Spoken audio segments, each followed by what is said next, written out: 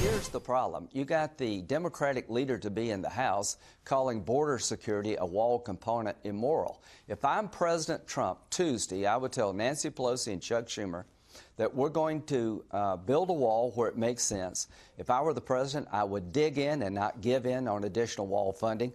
I'd want the whole $5 billion because the caravan is a game changer. Senator Lindsey Graham offering President Trump some advice ahead of tomorrow's meeting with Nancy Pelosi and Chuck Schumer at the White House. Let's bring in Fox News senior Capitol Hill producer Chad Pergram. What do you think of that advice from Lindsey Graham? Is any portion of that possible? Well, if Lindsey Graham, has President Trump's ear, and that's what President Trump does, there's going to be a partial government shutdown in about a week and a half here. The reason is that Democrats in the House of Representatives just won't abide any wall funding. I asked House Minority Leader Nancy Pelosi on Thursday morning, I said, would you agree to some degree of wall funding if you were to get a DACA fix?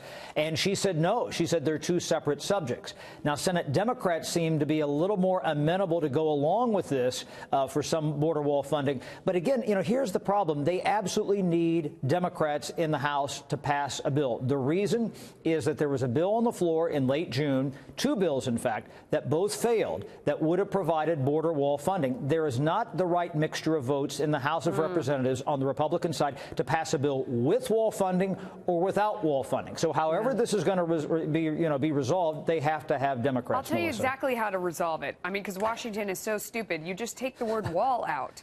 I mean, everybody's for funding the border protection. You're looking at, $5 billion, that's less than, it's 1/10 of 1% of the budget. I mean, it is a tiny, tiny drop in the bucket. No one in Washington is afraid to spend money.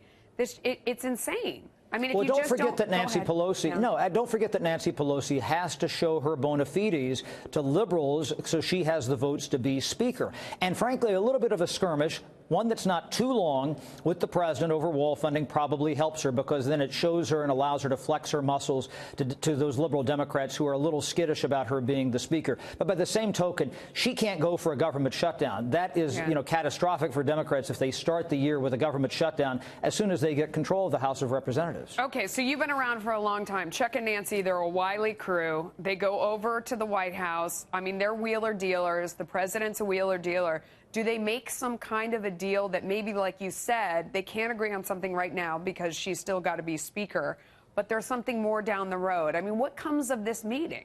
Well, sometimes you might hear something about infrastructure. People forget that in September of last year, they went down to the White House and the president went over the heads of House Speaker Paul Ryan and the Senate Majority Leader Mitch McConnell and cut the deal with Pelosi and Schumer and not them. So, this has been done before. It's been said, that he sometimes likes just their personalities a little bit better.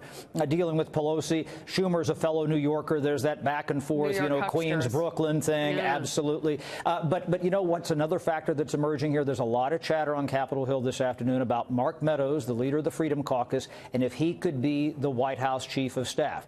And this might be an audition for Mark Meadows or anybody else for that matter, who can kind of have the president's ear. Mark Meadows is well versed in the combat on the Republican and the conservative side of the aisle for those principles. And that could be a factor here as we approach that deadline a week from Friday, Melissa. So that's interesting. So he's in there whispering in the president's ear about what he should do, and if there's something successful in there, then that makes him a chief of staff type person. He obviously wants that job. Lord only knows why. It looks very difficult.